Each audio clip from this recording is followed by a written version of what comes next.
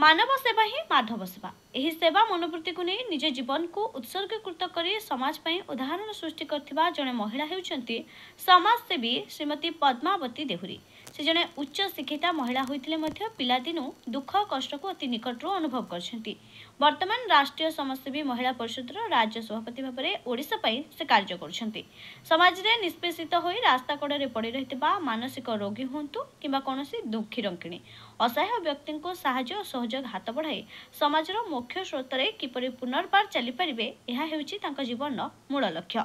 आज थिला तांकर 34तम जन्मवार्षिक हेले जन्मदिनटी को कोनोसी होटेल किंबा घरे न पाली वृद्धाश्रम रे थिबा मौसा माउसी सहित पालन करी तांका मुखरे टिके हस फुटाइबा पई चेष्टा करथिले से।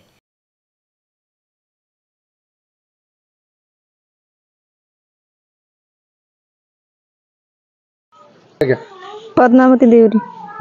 आमे भी जमीती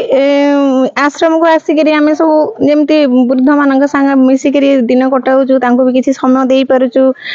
निज हाथ में खुआई पारुचु। आमे भी चाहूँ समाज को यही वार्ता दउचु जे बुढ़ा बुढ़ी मैंने जमी असहाय अच्छे से भी आसी साहाय्य करंतु हेल्प नियंतु आ भगवान पाखे ये गुहारी करुच्ची जे वृद्धाश्रम जे भाई जे आम ये वृद्धाश्रम कर बहुत बहुत धन्यवाद अशेष प्रणाम। से सान हेल्ले भी आम नमस्कार जनाऊँ सी वृद्ध लोक आणिक रखिपार सेवा करें तो किंचित मात्र आज आसचु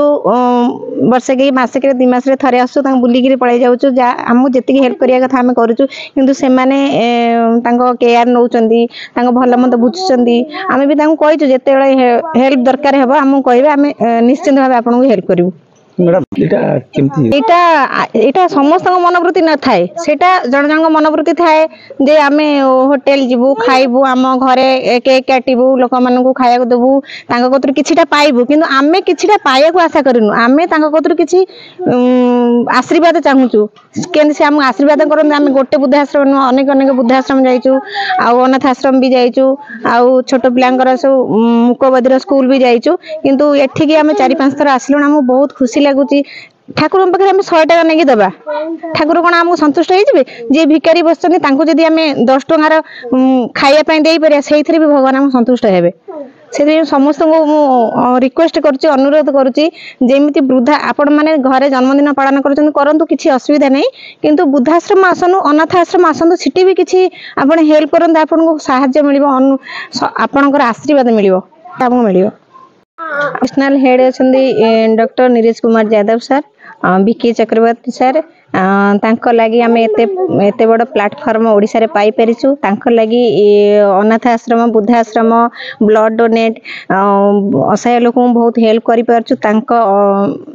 शिक्षा अनुसार आम काम करुचु आगु को भी एमती करूँ आगु एबे करुचु आगु करूँ आगु मरला जाए आम एमती करूँ।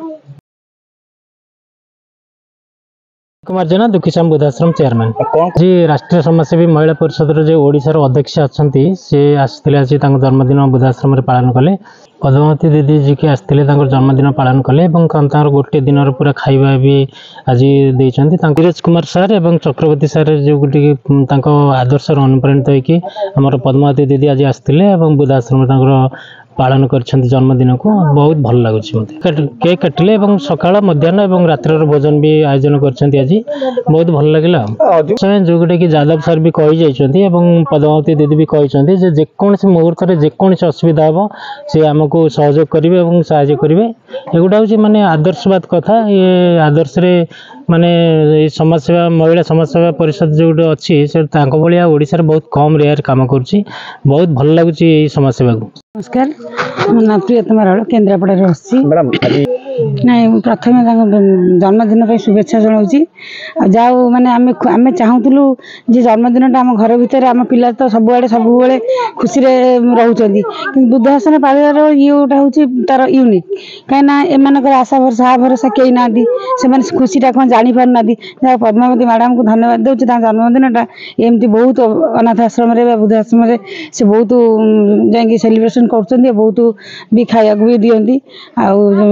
भगवान पाखे प्रार्थना करमती जन्मदिन सब वर्ष एमती से पर उपकार। निश्चित ये तो भगवान माने जीवंत ठाकुर आम तो जब पत्थर मूर्ति मुंड बाड़ेबा से कौन मिल कि ये जो पिला मैंने नहीं आनी छाड़ी दे जाऊँ से तो जापार भगवान कौटी अच्छा किंतु ये जो आंकरी पाखे जब आम से माने आशीर्वाद पाइबा आम बहुत आगू को जापर ये तो होती जीवंत ठाकुर। कटकरू मंजुलता विशाल रिपोर्ट प्राय खबर।